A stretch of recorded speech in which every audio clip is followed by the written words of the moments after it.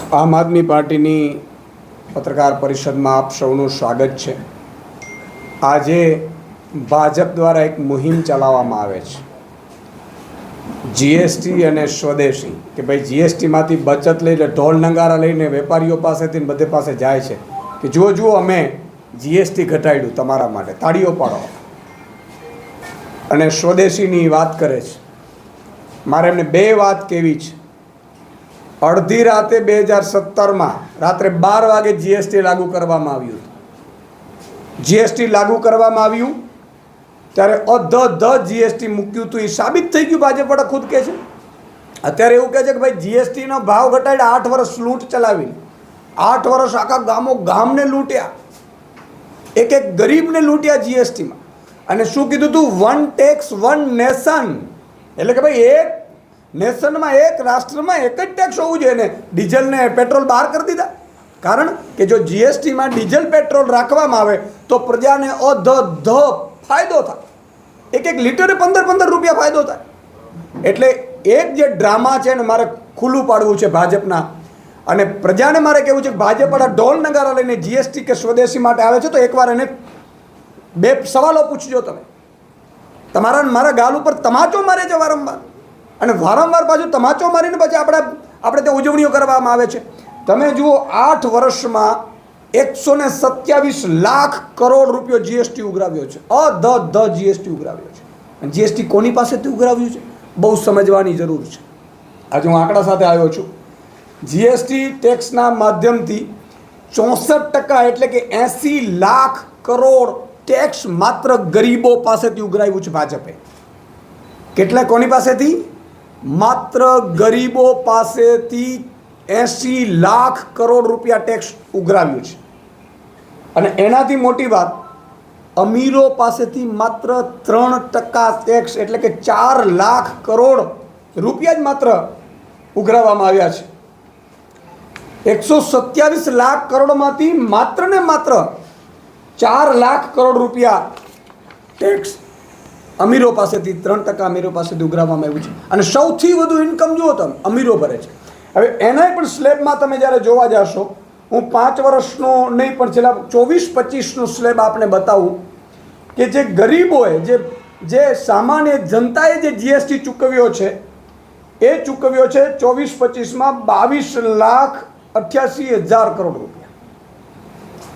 તમે જુઓ, પર્સનલ એટલે ઇન્કમ ટેક્સથી આવ્યું છે એ 12,90,000ની આસપાસ, અને કોર્પોરેટ ટેક્સ 12,40,000। એટલે કે આ બધું મળે ત્યાં સુધી અમીરો અને ગરીબોને લૂંટવા જાય છે। આજે દુઃખ સાથે મારે કહેવું પડે છે કે ભાઈ શ્રી નરેન્દ્રભાઈ એવું કહ્યું, ભાજપના નેતાઓએ પણ, કે સ્વદેશી અપનાવો, બધું સ્વદેશી અપનાવો। ઓગસ્ટમાં પીએમ મોદી સાહેબ ગુજરાતના પ્રવાસે આવેલા ત્યારે નિકોલની સભા પતાવીને વિદેશી ગાડીમાં સુઝુકીના પ્લાન્ટમાં એક્સપાન્ડ કરવા માટે ગયા હતા। કોના પ્લાન? સુઝુકીનો પ્લાન। ત્યાં વિદેશી લોકો હાજર હતા, અને આ પ્લાન્ટમાંથી જે ડફો થયો એ વિદેશી કંપનીઓને પહોંચવાનો છે। સુઝુકી કોનું છે?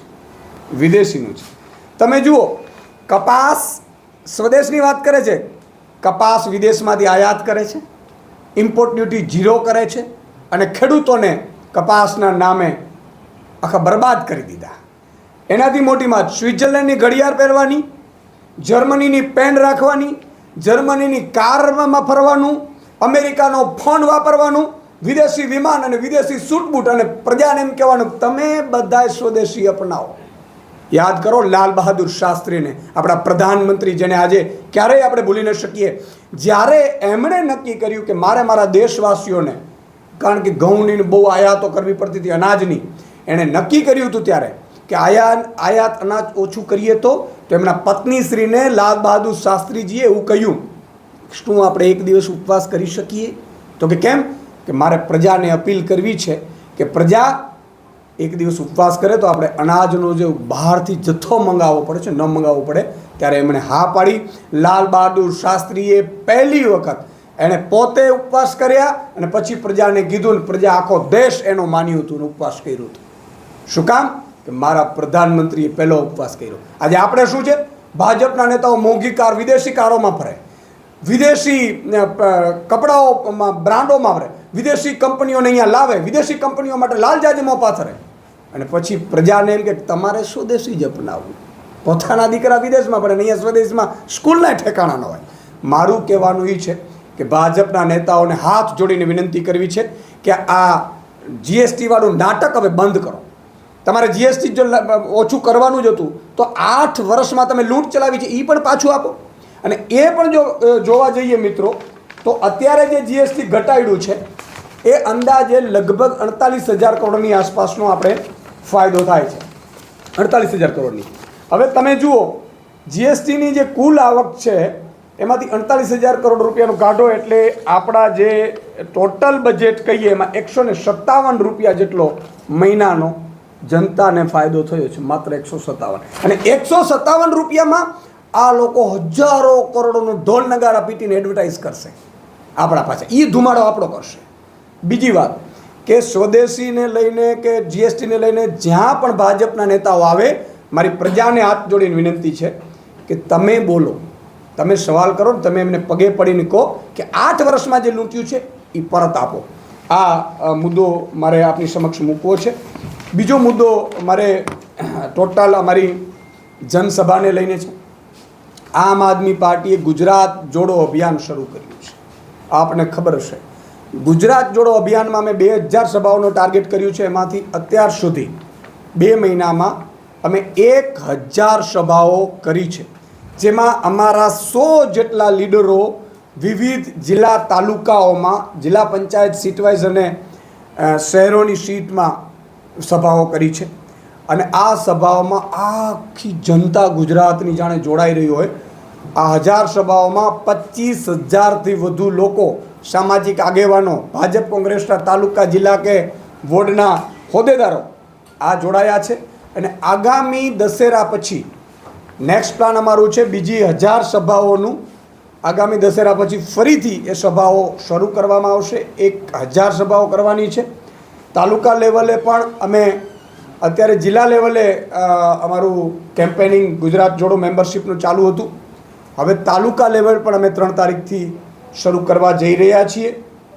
અત્યાર સુધી અમારે ડોર ટુ ડોર મેમ્બરશિપમાં 8 લાખ ઘરોમાં અમારી ટીમો છે એ મેમ્બરશિપ માટે ગઈ છે.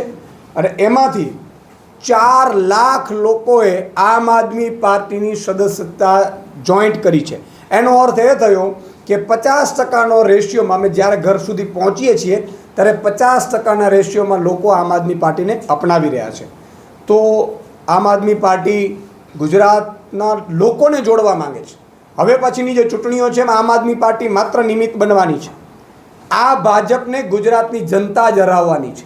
એટલે ગુજરાત જોડોમાં અમે એ જ ટાર્ગેટ રાખ્યો છે. ગુજરાતની જનતા જે લોકો માટે સારું કરવા માંગે છે, ભાજપની સિસ્ટમથી ત્રસ્ત છે, એ લોકો આમ આદમી પાર્ટીમાં જોઈન્ટ કરે, આમ આદમી પાર્ટીમાં આવે અને આમ આદમી પાર્ટીમાં પોતે ચૂંટણીઓ લડે, નેતૃત્વ કરે ને એમના જ સમાજ જ્ઞાતિ કે એમના વિસ્તારનું ભલું કરે. આ અભિયાન અમારે ગુજરાત જોડોનું છે. અને અમે 12,000 આવા લોકો જે આગામી સ્થાનિક સ્વરાજ્યની ચૂંટણીઓમાં ઊભા રાખવાના છીએ. અને આ 12,000 લોકો જે 100-200 લોકોને પણ જોઈન્ટ કરશે તો તમે કલ્પના કરો કે આગામી સમયમાં 50 લાખ અમારા એક્ટિવ મેમ્બર જે જોડવાનો ટાર્ગેટ છે એમાં ગુજરાત જોડોમાં એમાં અમે સફળતા અંશે કરીશું. મારી સાથે અમારા કિસાન પ્રદેશ સેલના અધ્યક્ષ રાજુભાઈ કરપડા પણ છે. આપણે આ મામલે કોઈને સવાલ હોય તો કરો. મગફળીને લઈને જે રીતે ખેડૂતને બેહાલ કરવામાં આવે ટેકાના ભાવે, એમાં રાજુભાઈ સંબોધન કરવાના છે.